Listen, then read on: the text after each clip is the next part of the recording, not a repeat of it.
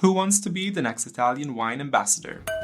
Join an exclusive network of 400 Italian wine ambassadors across 48 countries. Vinitaly International Academy is coming to Chicago on October 19th to 21st, and to Almaty, Kazakhstan from November 16th to 18th. Don't miss out. Register now at vinitaly.com. Official media partner, the Italian Wine Podcast, is delighted to present a series of interviews and highlights from the 2023 Wine2wine Business Forum, featuring Italian wine producers and bringing together some of the most influential voices in the sector to discuss the hottest topics facing the industry today. Don't forget to tune in every Thursday at 3 p.m. or visit theitalianwinepodcast.com for more information. Good afternoon, everyone. I hope you just had a wonderful lunch. Welcome to our session on Asians' female wine consumption behavior. So at the very beginning, I just briefly introduce who I am. So my name is Xiaowen. But in Italian, ciao is a magical word. You can say hi, you can say goodbye.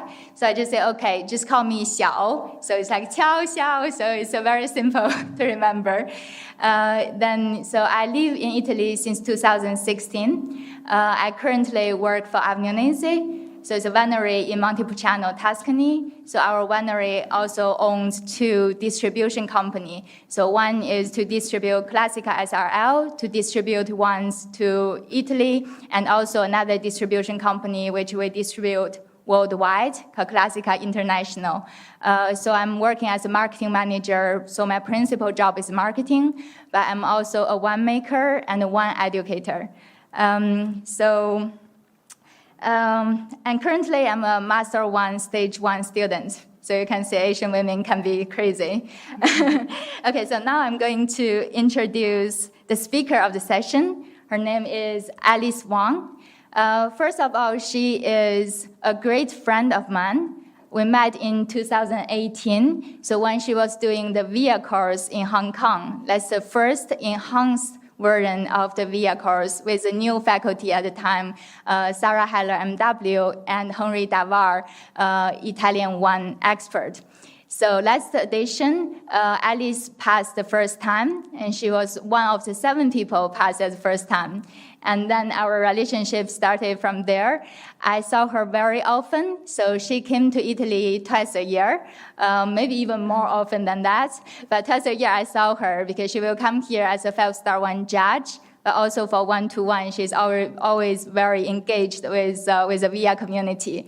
Alice, actually, she grew up in Hong Kong, but she received her further education in New York. So I think for her, she can call Hong Kong as well as New York as her hometown.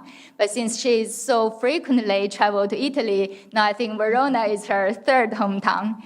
So Alice is doing a lot of things in Hong Kong to promote Italian wines. There is an event called Vino Condiviso. So it's an event dedicated to Italian wine. And Alice is one of the organizers. Besides, she is co-founder for a project or a company called Wine2wine Asia. So they offer tailor-made wine tastings and food wine pairings to promote a lot of wines and also to give their clients different choices in terms of food and wine pairing or wines from all parts of the world. So not only she is a very highly qualified wine professional, she's also trained as a physiotherapist. So actually, with a session with Alice, she can guarantee you come out of the session pain-free, because either with physiotherapy or with wines. That's her magic. Besides that, she also involved in quite a lot of projects with Italian wines, and she's a deputy master of the Cavaliere del Tartufo e dei Vini di Alba Hong Kong delegation. So she's very involved with Tartufo as well as wines. Because her connection with the U.S., she's also she's the chair, actually, of the Food and Beverage Committee of the American Club in Hong Kong. So they are doing a lot of events all the years to promote different wines from different regions. So to honor her contribution in promoting Italian wines, Alice was the winner of the 2020 Hong Kong Living Influencer Award. And there are, as you all know, there are so many types of Asian women. And so I'm very eager to learn more from Alicia's research on this topic. So now please join me to welcome the speaker of the session, Alice Wong. Hi, thanks, Xiaowen, for the introduction. I'm very honored to have my good friend as my moderator. Thank you for coming, everyone. We were just saying, as we sit here, all the women were sitting in the front, all the men were separated, sitting on the back. Well, not all, but most. It's quite an interesting observation. When I first showed my friends about this topic that I'm doing today, most of my friends would say, "Oh, Alice, this is just your drinking diary, right?" Or is this another campaign to promote feminism? Well, I strongly support female winemakers, obviously. They deserve all the accolades and celebration for the hard work they do. I just feel that at some point, there is also another group of important female that sometimes are not discussed enough about, and that's the female consumers, especially the ones in Asia. Do they matter? Are they important enough to worth any discussion? So here I want to have research on this topic. In terms of consumer behavior, there are many different types of studies. We see studies going according by countries, by age group. For example, today, earlier at wine2wine, one of our fellow ambassador, Artem, was doing a discussion on Central Asia. And then later on today, another ambassador, William, is doing a session on Gen Z.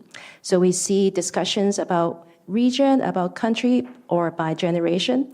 But there isn't many focus studies on female wine consumers, let alone like Asian female drinkers.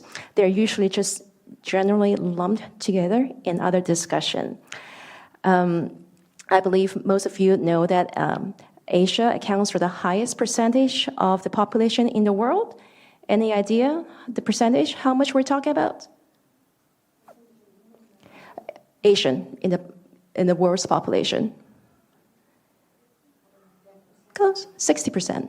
So 60%. So if the world now has 7.8 billion people, 60% is about 4.5 billion people. And women in Asia represent 48% of that amount. So we're really talking about 30%, if you do the math, 60% of the population, half of them are women. About 30% of the world's population is women, and that number is substantial. So the potential for this market is tremendous, but not a lot of producers take advantage of this information. I always have producers coming to me and say, "Oh, Asian female like light body wines." But then I have other producers that will come to me and say, "Well, I can't sell wines in Asia because men only drink red wines." Well, then there you go. If you make white wines and you think Chinese men only drink red wines, then why don't you try to sell to Asian women? You will have a big market. So for today, I want to start by talking about the overall diversity of Asian female, the significance of the Asian market, whether it still matters, and who the key importing countries and regions are. And then we'll go straight into wine consumption. We'll talk about whether Asian female drink enough wine. Can they afford to buy? And do they buy or do they just tag along? What do they like to drink? And most importantly, why they drink the type of wines they're drinking? What are the factors that contribute to those behavior? And then finally, on application, how do we approach these Asian female effectively? So one point I want to make is that when in this session, we use the term Asian female interchangeably. We're referring to all female in Asia. So there are women who lives in Asia, but they're not of Asian descent. And there are women are Asian by ethnicity, like Xiaowen, but she doesn't live in Asia right now. So for our purpose today, when I say female in Asia, Asian female, I'm referring to all women living in Asia at this time, regardless of their ethnicity, as long as they live in Asia. That's what our discussion is. All right, so when we say Asian women, what was the first image in your head? What pops up first? Chinese, Japanese, Thai? Are they conservative? Are they religious? Are they hardworking? Are they hardcore? Are they small and petite? Are they quiet and shy? Are they pain in the ears? So now, Asian female are really diverse. They're very, very different in a lot of ways, and it's very hard to generalize. Asia is made up of 48 countries. So because it's so big, it's usually divided into 5 to 6 regions.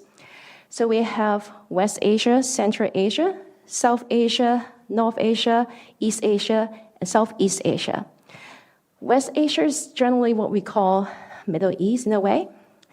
And then we have Central Asia, where we had a discussion earlier. And then South Asia, that covers countries such as India, Afghanistan, Bangladesh, Nepal, Pakistan, Sri Lanka. Now, the countries that are considered North Asia sometimes overlap a bit with those in East Asia, but for sure, Russia belongs to North Asia. And for countries such as China, Japan, Korea, they're sometimes considered North Asia, but nowadays, and for this purpose, we consider them as East Asia, along with places such as Hong Kong, Macau, and Taiwan. And finally, we have Southeast Asia that covers a whole bunch of places like Vietnam, Cambodia, Thailand, Malaysia, Indonesia, the Philippines, etc. Sometimes these countries are referred to what we call Asian, ASEAN, and it stands for Association of Southeast Asian Nations.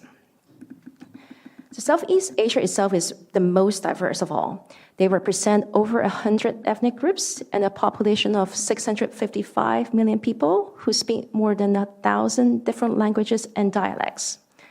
So the point I'm trying to make, the first key takeaway for today is Asian female is so diverse, you would expect some level of variation in terms of their lifestyle and their consumption pattern, and in terms of alcohol consumption. Because of the religious background for the countries in West Asia and Central Asia, they have very strict regulations on alcohol.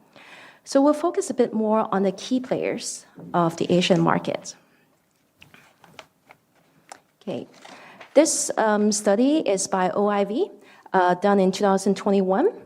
It shows here the country with the highest wine consumption in the world by volume. So the Americans drink the most. They contribute to 14% of the world's total wine consumption.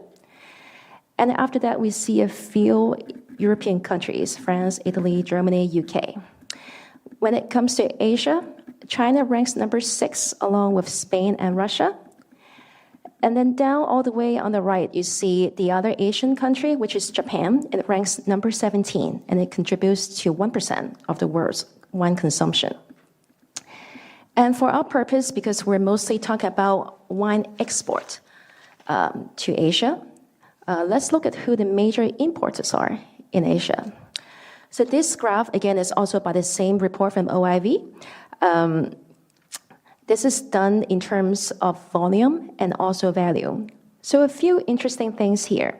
First, in terms of value, the Americans are drinking more expensive wines. You can see here by volume, the Germans import more, but the value of their import is much lower than that of the Americans. And then we can infer that Americans drink more expensive wine. The calculation I have it here, the spending on import wines is about €4.5 per liter, versus the Germans is about €1.9 per liter. So if we extend this price per liter ratio, the country that actually drinks the most expensive import wines is the Japanese. Okay, on their level, I'm going to read it out here. Their import quantity is 2.4 million hectoliter, but the amount of money they spend is €14.39 million. So by calculation, they spend about €6 per liter. So more expensive than the Americans, almost 3-4 times more than what the Germans spend. And one other interesting item that's not on this graph, but from this report from an international organization of fines and wines, is that out of all the wines that the Japanese import, 16% was sparkling wines, which is a lot higher than all the other countries in this report. So it just proves that the Japanese have a strong preference for bubbles. And the other Asian country on this graph is China. The value of the import wine is somewhere between the Americans and the Germans. They spend about 340 euro per liter of wine. Now, another note on this report by OIV is that they mostly focus on countries. So places such as Taiwan, Macau, and Hong Kong are not included. So we're looking at the report that focuses just on Asia. So here we still see Japan and China are still the top two in Asia Pacific. And if we don't count Australia and New Zealand, we now see who the other major Asian players are. We have Hong Kong as number 3, Singapore, and then South Korea as the 5th.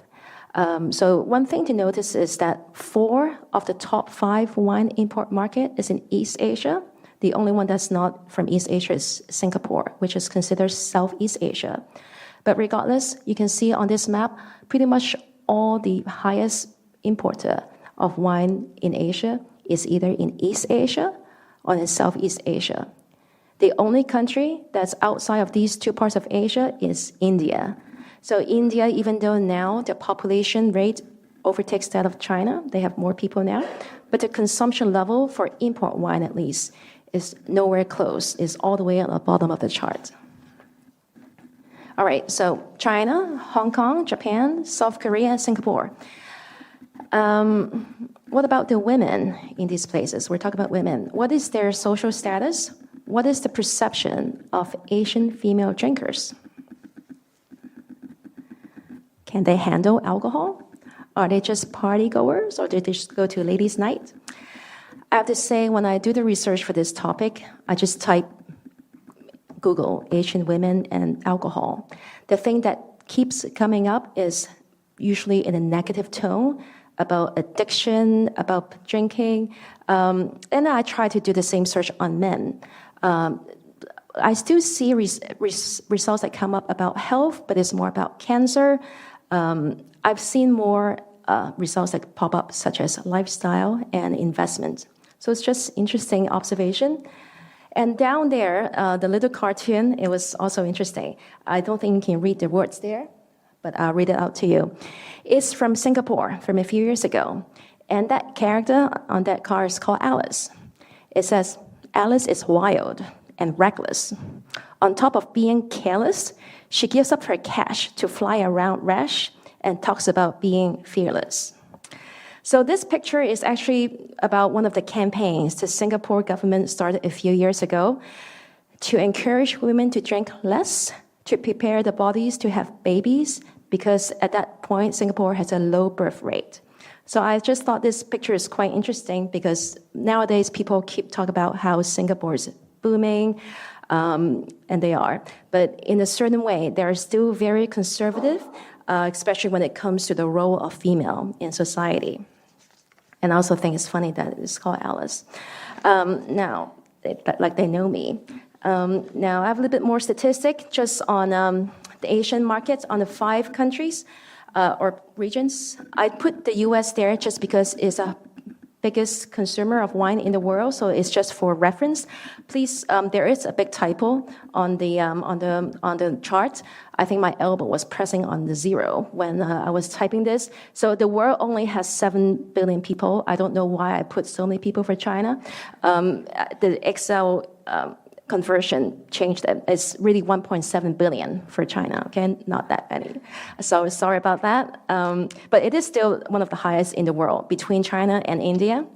Hong Kong is a city, not a country, but in terms of population, it is a bit more than Singapore's, and Singapore is a country. And then if we look at the other 2 major countries in Asia, Japan and Korea, a lot of people think these countries are similar, but you can see here, population-wise, Japan's population is more than double of South Korea. So just to put things in perspective. But then the other way to think about is South Korea's population is almost at 3 times more than Singapore's. So I think in terms of market in Asia, South Korea really has a huge potential, and we'll see a little bit more later. Now, in terms of statistic on gender equality, this is something a bit more specific for Asia again. Just 2 things about the education level and the average annual income for these places. So one of the key things you can see that a lot of people assume, well, Asia is still dominated by male. Women are expected to stay home, look after kids, look after families. But we can see here, in a few places, the education level for women is actually higher than that of men. And even if it's lower, the difference is not that huge. But then if we look at the next row and you see the income level, that for sure, women across the board in every place make less money than men, even for the US. So with this information in our mind, we'll see about their consumption pattern, what they like to drink and why. So yes, a lot of times I heard about people's assumption about women in Asia like to drink light body wines, sweet wines, sparkling wines, low alcohol wines. So again, I went on the Google and search, and I type, what kind of wine do women in Asia like to drink? And this will also tell me in general if they drink wine at all. So I think you can see there, I typed that search and it pops up, red wine. Easy, done. It says 2/3 of Asian women prefer red wine. So that's 66%. It's quite huge. But then I keep on checking, and I found another report, another post on Singapore. A bunch of observations by this person. It's a wine merchant. And it says there, white and sparkling wines have more female fans than male, which is opposite of what we saw earlier. So it's contradicting information. So how do we use it? So I keep on looking more, and the research that we saw earlier, about 2/3 of Asian women prefer red, it actually came from the Vinexpo study back in 2010. Okay, they surveyed 2,800 women from the top 4 places of the 4 biggest wine markets in Asia: China, Japan, Korea, and Hong Kong.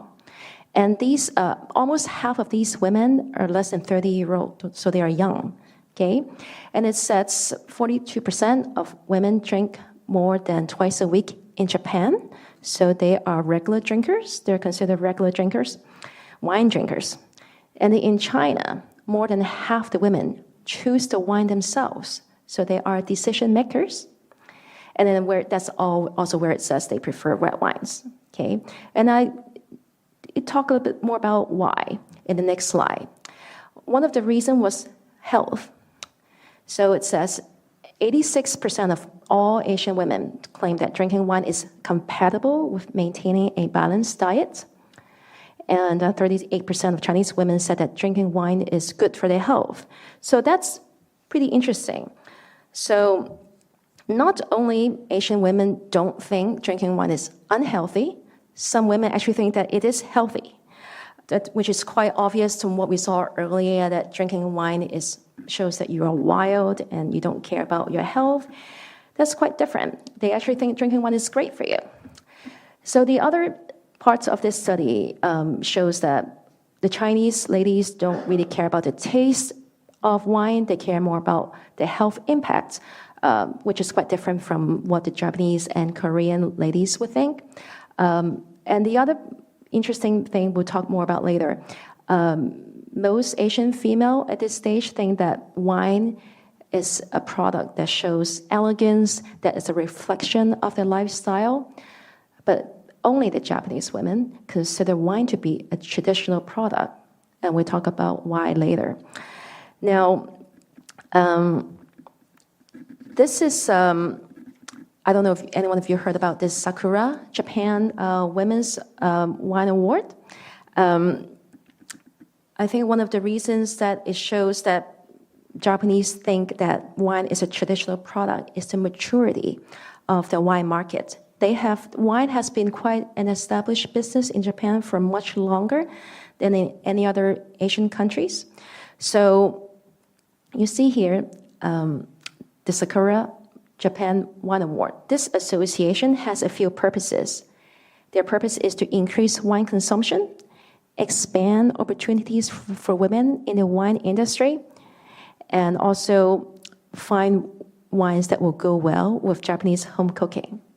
So all the judges on the panel for this award are women. This award has already been running for 10 years, and last year it received over 4,000 entries from 28 countries in the world. So this award is just an example to show that how mature the Japanese wine market is, and women are also very involved and active to promote their own industry. And now compare Japan to another place in Asia, in Singapore. Okay, you see clearly here, this is not specific for women, it's across the board for Singapore. Beer is a preferred choice in terms of alcoholic beverage, and the main reason is about tax. Okay? In Singapore, because they want to discourage alcohol consumption, they tax according to percent alcohol level. So the higher the alcohol contents the beverage has, the more they get taxed. Now, speaking of alcohol level, there's another interesting point. For Singapore, consumers choose beer over wine because of its alcohol content. That's also similar, but kind of opposite for the Koreans. So in Korea, more and more women actually go for lighter booze. And when I say lighter booze, what is the national drink for Korea? Soju. So soju is 20%. And soju in Korea, if any one of you have been to South Korea, they can really drink. But if you keep drinking soju, it's quite something. So women nowadays tend to steer away from. What does it taste like? Burning alcohol. I probably forgot because after 2 shots, I forget what I was doing. I've drank soju before. They really vary from very plain taste to something very rich. But they usually, the culture for Korean is they just go for shots. It's rather neutral in flavor. If you compare alcohol level, wine is obviously a bit lower, comparing 20% to 12%. That's also true for Japan, and the national drink for Japan is sake. Again, women in Japan nowadays prefer wine just because of the lower alcohol. And the report I read says 40% of women in Japan drink wine at least once a month, compared to 30% in men. And then on the other hand, for rice wine, which is sake, only 16% of women prefer women, compared to 28%. Now, we also have a similar situation for China. So, Xiaowen, what's the national drink in China? Baijiu. Baijiu, okay, she's pronounced it properly. And what's the percent alcohol for Baijiu? 40-50%. Okay. And what does it taste like? Well, the good ones taste quite complicated. There are even training courses to detect the different flavors of baijiu, but it's a totally different category because the alcohol is so high. Yes, so similar. And we're talking about even higher alcohol content. So around 45 to 55% alcohol, depending on which one you're drinking. So a lot higher than wine. So again, for China, that's also another trend that for women at least, they're looking more and more into men drinking wine. So again, if I have an importer that tells me it's so hard to sell wine in China because everybody in China only drinks baijiu, well, have you talked to the women or the men? That's the question.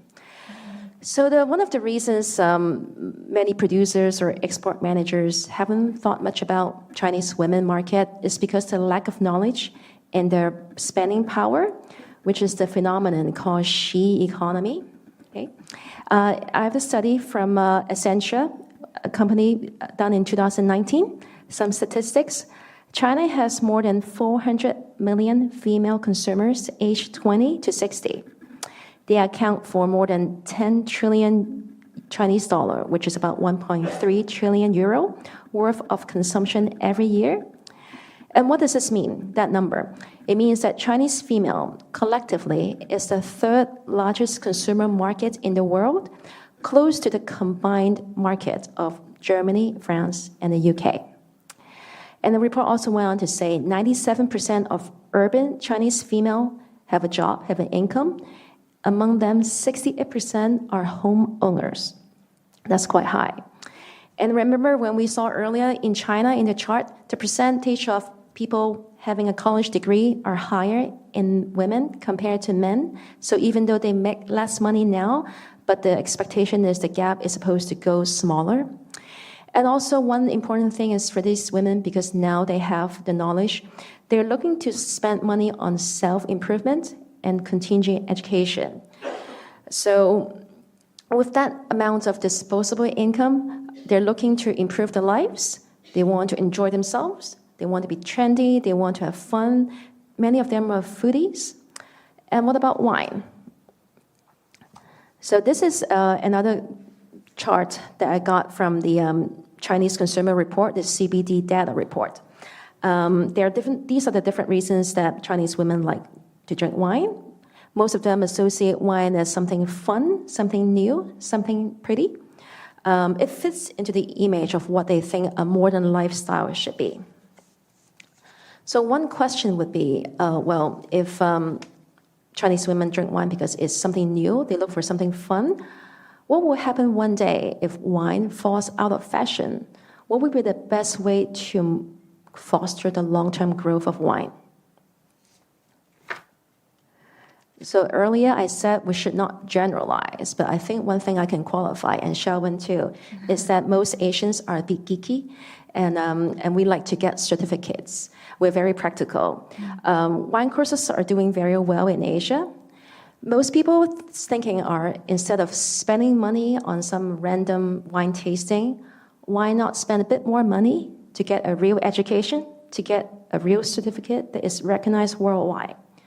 So the WSET market in Asia takes up about 20% in the world's total. And that's a very important observation from my personal experience, that many Asia students for wine courses are not from trade, which is quite different. In other parts of the world, I took my WSET level 2 and 3 when I was in New York, and compare that to what I saw in Hong Kong. In my class, back in 2016, almost half the class were in trade and half the class were the other kind of professionals, doctors, lawyers, certified public accountants. Like Xiaowen said, I'm actually a physical therapist until I become also a wine educator. And that continued to be the case. Now that I teach, I would still say the same. At least half of the students I teach are not from the wine trade.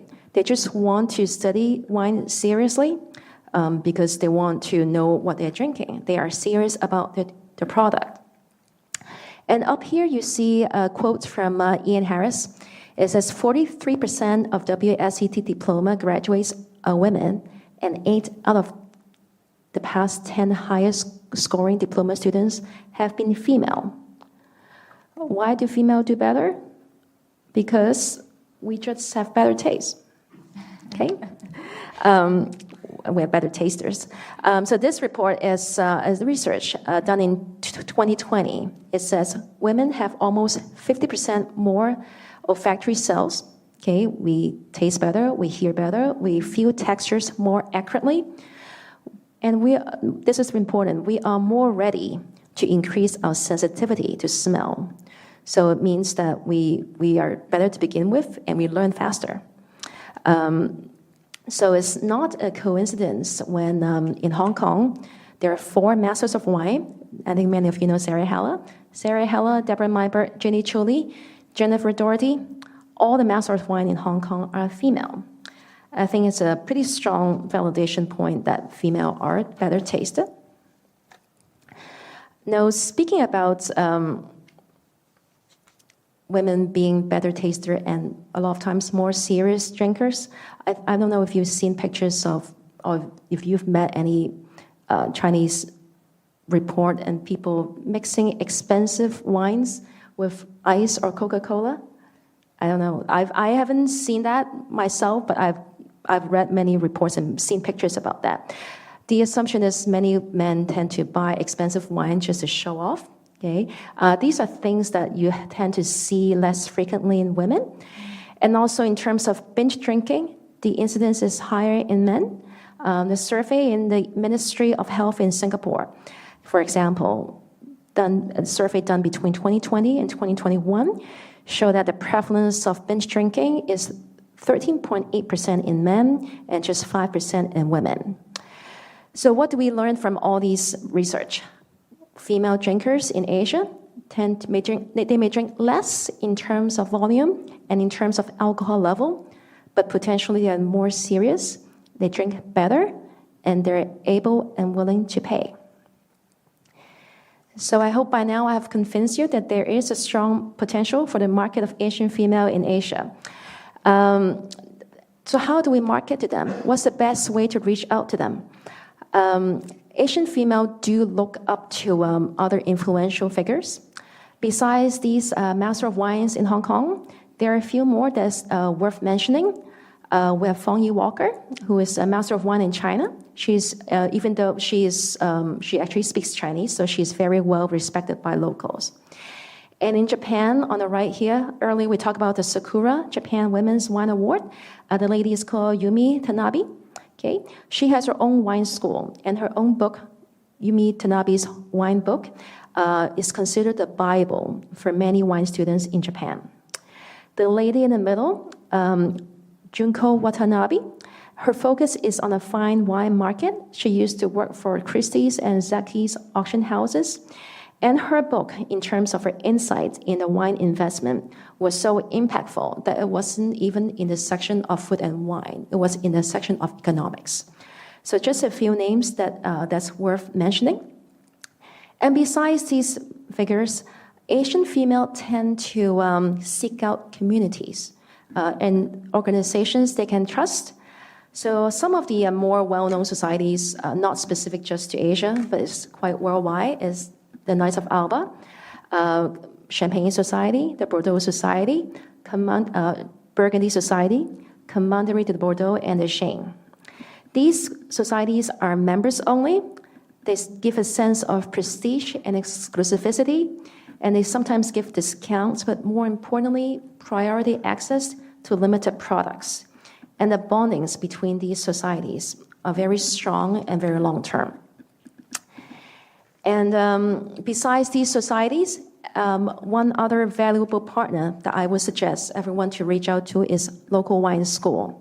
Okay, when we talk about wine students, we're not talking about college new grads. We're talking about a very wide spectrum from the point people can reach their legal drinking age to the point of retirement. And a lot of times when these students finish their wine courses, they don't just say goodbye. They keep in touch with their teachers. Many of these local wine schools have an extensive student database. Whenever there are events, they don't just reach out to current students, they look for the alumni. So I think Xiaowen mentioned that I'm an organizer for an event called Vino Condiviso. So it's an official event that I work with the Italian Consul General and ICE to promote Italian wines in Hong Kong. So we have this event in Macau just last month to promote Italian wines. When I approach suppliers and talk about this event, the response was just okay. They're not too convinced about the Macau market. They think they only drink Portuguese wines because they were a colony of Portugal at some point. They don't care about Italian wines, or people who know what they're drinking must be ultra-rich people.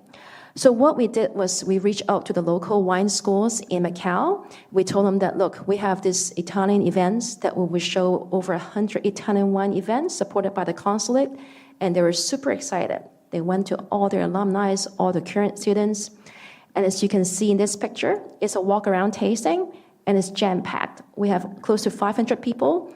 We couldn't fit more. The events were sold out. There's a wait list. And the suppliers and the students' feedback were great. We told them this event, we're not just showing the premium products from Tuscany, Piemonte, Veneto. We showed native Italian grape varieties such as Gagliopolo, Timorasso, Albana. People were there to look for something interesting. They want to learn. And the feedback from the suppliers, wow, these people actually not know what they're drinking. They're not just here to get drunk. So one of the things I found very, very important is if you reach out to the right people, people who care about what they drink, you can pull off really successful. So for the take-home message, we're required to say that, right? Remember, Asian female are very diverse. Try to appreciate the she economy. And again, everything is relative. When we say relative, it was like the example of alcohol level. In one place, beer, wine is high level alcohol for some, but in other places, alcohol is low for others. Tax is an issue. And for female in Asia, less is more. They may not drink as much in terms of quantity, but they are more able to pick up the subtle nuances in wine. They are more serious about detecting these things in wine.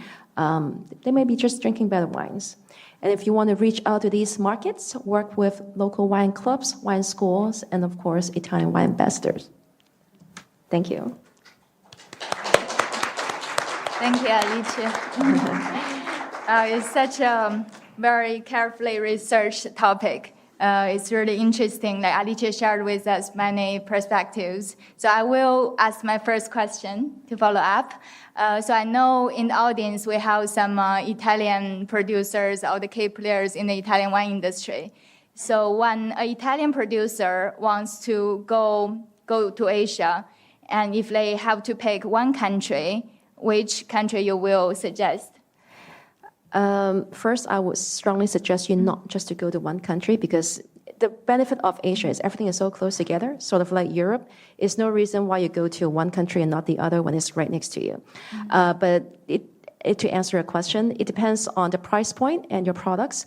If you're selling products that are more on a premium level, you may be better off in a more mature market to start off with, such as Japan and Hong Kong. And if it's more entry-level wine, you may want to go to places like South Korea, which is really booming. Sorry, I'm not a big fan of Singapore. I hope nobody from here is Singapore. The tax is high. The market is small. The logistics is great. So one of the reasons in the earlier chart that Singapore imports a lot of wine is because they actually import and re-export. So it's not so much reflection of the local consumption. It's just because of the logistics. But I think South Korea, right now, I think is really, really flying.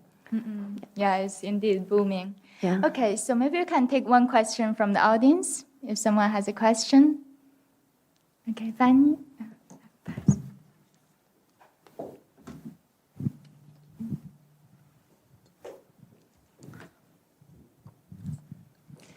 Even though everything is relative and there is a large diversity, is there a movement, a feminism movement in Asia, and would women be more sensitive to buy wines made by a wine grower who's a woman? I have seen definitely events, especially around March every year when it's International Women's Day, that is focused on female winemakers. But once you pass April, I don't think the noise is there. I don't think just saying that it's a female winemaker would work. You have to extend that information. Does it show that the wine is more elegant? Does it show that the wine is carefully made? It's not the type of wine that you just focus on jammy, concentrated flavor. I think that needs to be tied into other value. I don't think if you only say it's a female winemaker, it will fly off. I will weigh in here. So I agree with Alice. So yeah, it's very important actually to tell your story to the Asian women because they want to be inspired and they want to see a role model. So if a female winemaker tells a story correctly, you will inspire the local women and they will support you. So yeah, it's not just you're female, but also what you have done to reach your current, like you make this one, and what's the story behind it? What kind of trouble you have been through? Because we kind of believe if you're excellent, you went through some difficulties. So tell your story and inspire the Asian females. Thank you. Thank you. Thank you for your attendance.